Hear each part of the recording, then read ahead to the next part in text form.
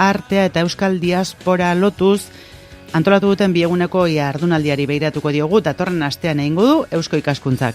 Bai, lehen saioa ostegunen izango da eta Baionako Euskal Museoan egingo dute. Ostiralean berriz, San Telmo Museora joango dira eta hementxe, edo hantxe, emango diote bukaera, artea eta euskal diaspora lotuz egingo duten nazioarteko topaketari.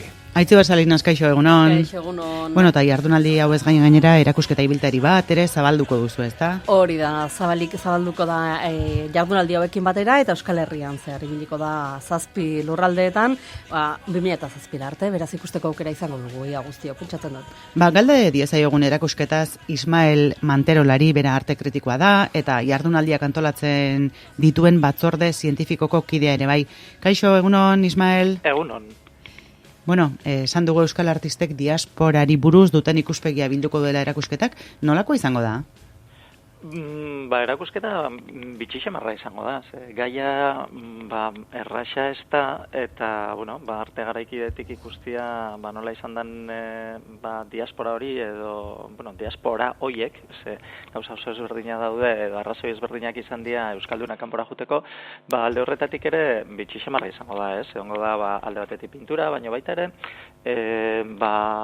horrelako audio batzuek egongo ja, edo esan nahi ikusentzunezkoen barruan badaude gauza batzuek, betiko oiko baliabidetik erten zeuena, pintura eta eskulturatik, eta alde horretatik ere ikusten dut ikusliak eukiko dula bariedade handila, ez da?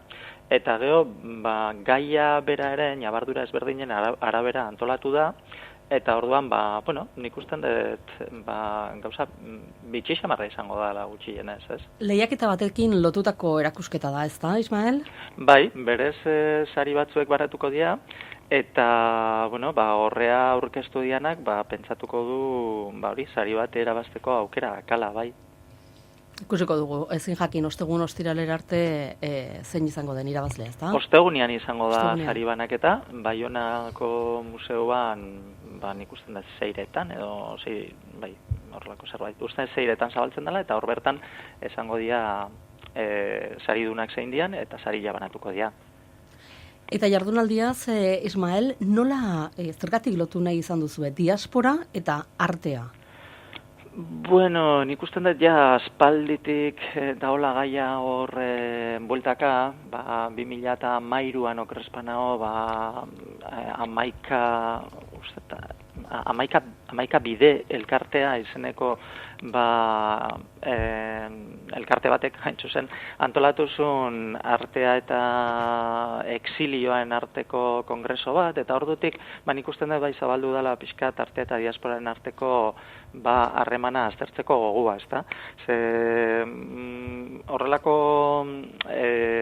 adibidez gerra zibilaren ondoren artista asko kanpora joan bide izan zuten, eta horrek ere eragintzun harreman desente doti artea eta diasporaren artean.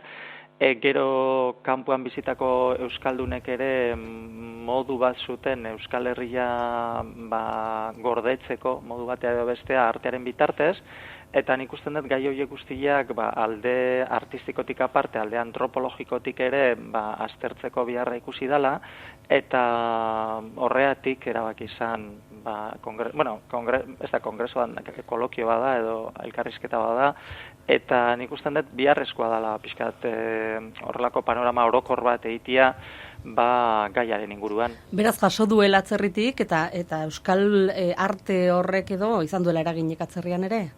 Esan dezakegu? Bai, ni baitzusten, ikusten dut bere aztarnalago dula toki askotan, eta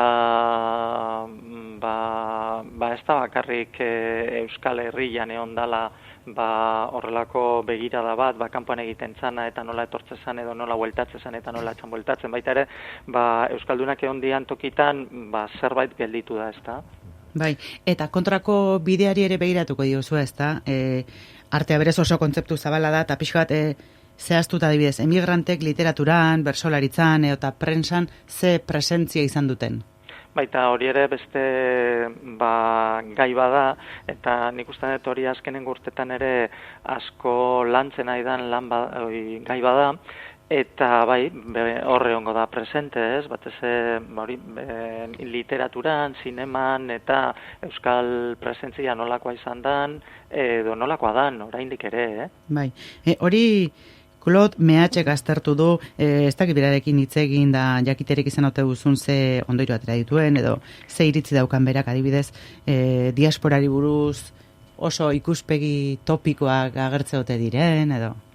Ez eta aukerik izan, berekin horrela komentatzeko, eta, pixkat bere hitzaldiren zai gaude, pixka jakiteko ze ondorio ateatzen du nortik, baina egia da, emigrazio guztia bezala topikoz beteta da hola, ez? Guk ere dazkaun bezala emigrantien gaineko topiko asko, agian islamierrei buruz, edo marokorrei buruz topiko batzu dazkaun bezala, edo Rumaniai buruz beste batzu dazkaun bezala, euskaldunai buruz ere topiko asko egon dia kanpoko literaturan eta zinemagintzan, ez?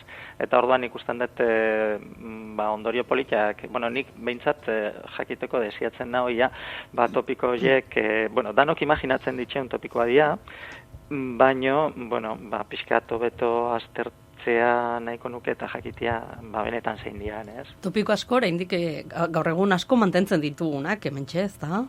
Bai, adibidez langileen idea, ez da? Euskaldunak langileak. Bai, Euskalduna langileak izan diala, eta, batez nik gutxi ezautzen dut, baina zineman eta literatura, ze askotan, zinemara eramandako gioiak izaten dira, nobeletatik, eleberritatik atatakoak, eta hor askotan azaltzen dira, batez Ipar Ameriketan, estatu batuetan eta euskal langileen topikoak, ez da? Langileak, sendoak eta zintzoak. Eta gizonak, gehienak. Hitzekoak. Hitzekoak eta, erlijiodunak baita ere. Askotan, berezi xamarra da, bitxi xamarra da, pixkat Ameriketan behintzat, 20ko hamarkadan, 30ko hamarkadan, dauden topiko horiek nola lotzen dian, hispanoekin orokorrian, ez da? Hispanoen kontra hobeto esan da, ez? Adibidez, mexikarrak, alperrak, euskaldunak, langileak, eta horrelako topiko, betiko topikoak, ez?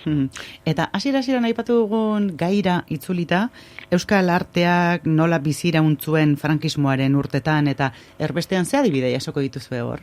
Adibide batzu badaude, atzerrira juntzian, artistak izango dira igual adibiderik importantienak, ez da.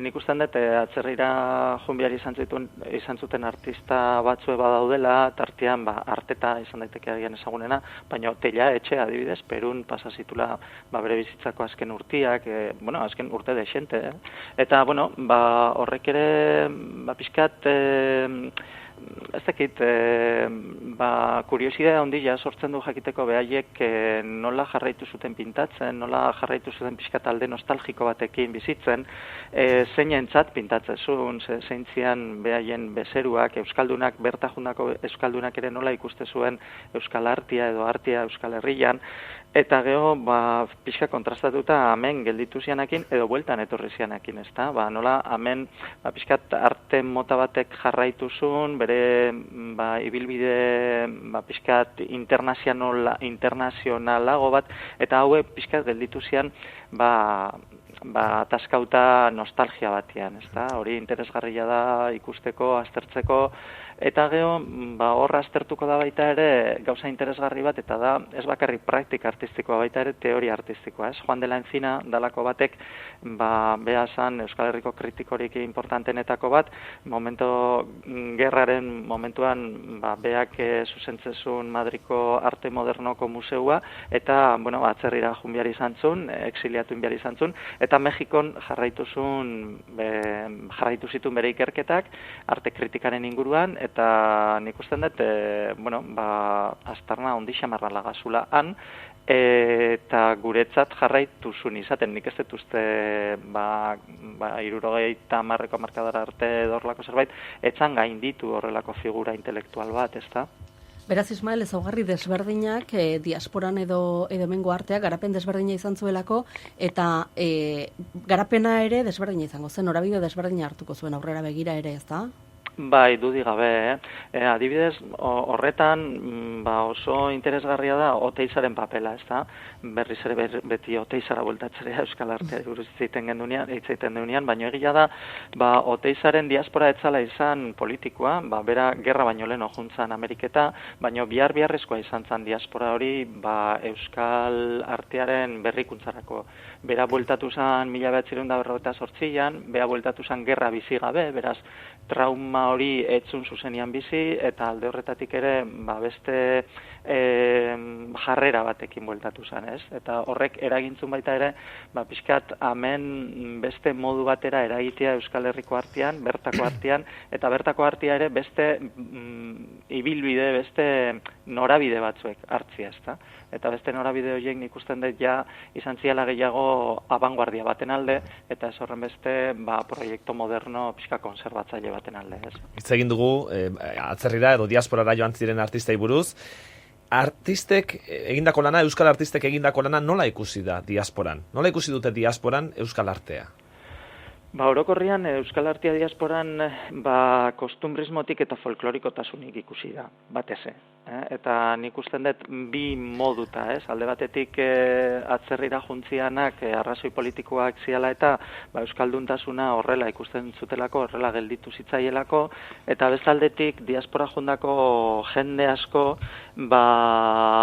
etzala oso ikasia, esango genuke, normalian zan, hartzaiak edo horrelako, beste remediorik etzekenak, gauza hondik etzeken, eta junbiar izan zutenak, ezta? Eta horientzat arte maila batekoa behintzat ulerte xamarra izan zan, eta horreatik gelditu zitzaien artearen idea zan gauza oso topikoa, ezta?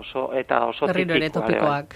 Berriro topikoak. Hori da. Eta, berezia da, adibidez, Renon gertatu zena, hartzaiaren monumentuarekin, ezta? Hartzaiaren omenez egindako monumentua, dakizuen bezala horrelako lehiaketa bat antolatu zen, monumento bat egiteko Reno inguruan, eta hor bazterretxeak egindako proiektuak erabaslea izan zana, eta gaur egun da ona ikusgai, etzan oso gustukoa izan hartzaientzat, ezta? Eta orduan arte moderno hori, arte moderno baino gehiago garaikide hori, etzan oso ondo ulertu.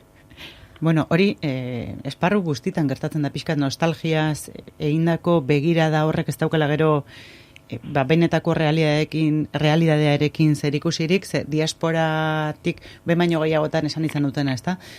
Irudikatzen duten Euskal Herri hortan, adibidez, dibortziorik ere ez dutela irudikatzen. Pixkat, horrelako gizarte tradizional bat lotuta, edo ondan mundo bada, ezta? Naiz eta errealitatea ez izan, baina topikoak pixkat horrela dira, alde konservadoria oso indartsua da, oraindik gaur egun ere atzerriko euskaldunen artean, ezta? Eta holako jardunaldiek laguntzen aldute errealitatera pixka bat gehiago lotzen? Edo asmorik ere ez? Nik usten dut politia izango da adibidez horrelako oreka bat edo emateko edo kontrapunto bat emateko erakusketa bera, ezta? Ze erakusketa beran parte hartuko duten artistak garaikidea dira eta gaina arte lanak beraiek ere garaikidea dira, ezta? Eta orduan horra saltzen dian lan asko puskatuko du topikoekin, ez? Dudi gabe lan egiten due askotan irudi identitario batzuekin eta horrek izan duen pisuekin, baina batez ikerketa moduan ikusteko ze izan den hori eta askoz ere baliabide kontemporaneoekin, ez? Orduan nik usten dut politia izango da pixkat elkarrizketa honetan, kolokio hauetan, pixkat ikustia alde batetik aztertzen aigean mundu hori eta gero gaur egun nola interpretatzen den mundu hori, ezta? Ismael, gaur egungo euskal diasporako euskal arte horretaz hitz egin aldezakegu? Edo nastu da gehiago hori guztia? Zer, barkatu? Edo nastu alda, ezakite, nazioarteko edo globalizazio honetan? Eske gaur egun zerrei... Eske euskal zerri deitu behar diogu, bai. Eta euskal artea? Eta euskal artea baita ere. Gaur egun artista gazte bat kanpoa juten danean, lanea, gaur egun oso normala dalako, kanpoan lan aitia, hori euskal diaspora da, nik ez dakit, nik ez dut uste hori euskal diaspora da, nik, batez, behaiek erabaki duelako kanpoa jutia eta erabaki pertsonal badalako, ezta? Eta nik usten dut, diaspora gehiago ulertu dela, beste erremediorik etzeukan jendiak edo bultzatuta edo jundako jendia, ezta? Bai arrazoi ekonomiko, arrazoi politikotik, ez? Edo agian beste arrazoi batzuek egon daitezke baita ere, momentu honetan okurritzen etxaskitenak, baino horrei deitu diogu diaspora behintzat, ez? Eta bai horrindan artia, nik uste gaur egun ez du laia existitzen horrelako, espadiogu deitzen, ez dakit nola esan, Sarri ona indiaren literaturari euskal diaspora, posible da, ez dakit. Bueno, atariko lanak egin ditugu, eta seguro bati baino gehiago hori interesa ere piztu zaiola. Ostegunean Baionan Euskal Museoan egingo duzuen lehendabiziko jardunaldira joateko, eta esan dugu, ostiralean, San Telmon izango duela segida Euskal Diaspora eta artea lotzen dituen jardunaldiak. Ismael Mantero, eskerrik asko, ez horretik. Eta Sarrirena ziru bat hortuko aparteko antolatu beharko dugu. Aitziber Salinas, 15 barrio mentxe? Laiztor arte bai. Erki.